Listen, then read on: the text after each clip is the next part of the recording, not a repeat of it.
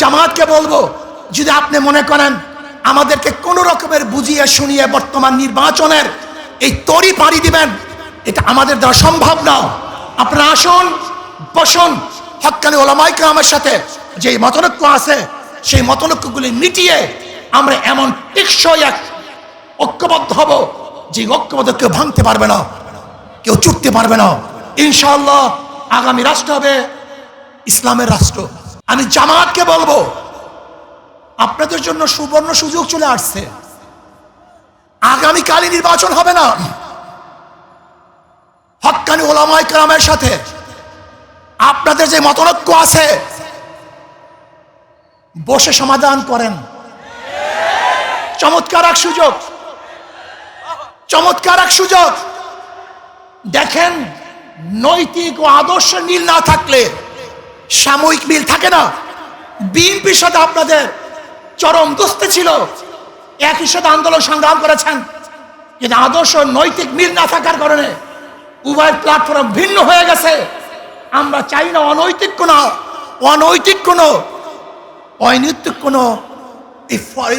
মানে লোক দেখানো কোনো ঐক্য আমরা চাই না। আমরা চাই টেকসই স্থায়ী ঐক্য, যে ঐক্য হবে আর কোনোদিন ভাঙবে না, ফাটল হবে না। এর জন্য আমি জামাতকে বলবো, যদি আপনি মনে করেন আমাদেরকে কোনো রকমের বুঝিয়ে শুনিয়ে বর্তমান নির্বাচনের এই তরি পাড়ি দিবেন, এটা আমাদের দ্বারা সম্ভব না।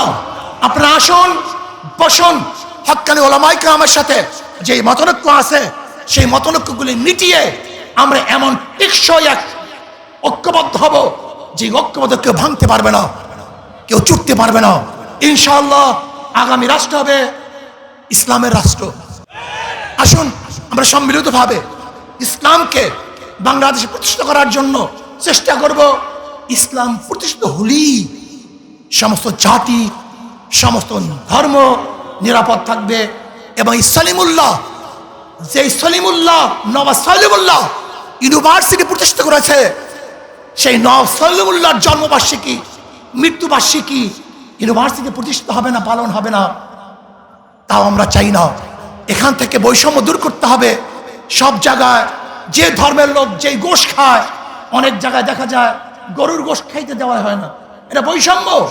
যেখানে গরুর গোশ খেতে পারবে খেতে দেন, আপনি যা ইচ্ছা কাচ্চেমের গোশ খান, কোনো সমস্যা নেই, কিন্তু খবরদার কেউ কাউকে বাধা দেওয়ার কোনো অধিকার নেই। আমরা সমৃদ্ধভাবে দেশটাকে গড়ব। আল্লাহ আমাকে এবং আমাদের সবাইকে সমৃদ্ধভাবে দেশ গড়ার তৌফিক দান করেন। আসসালামু আলাইকুম ওয়া রাহমাতুল্লাহ।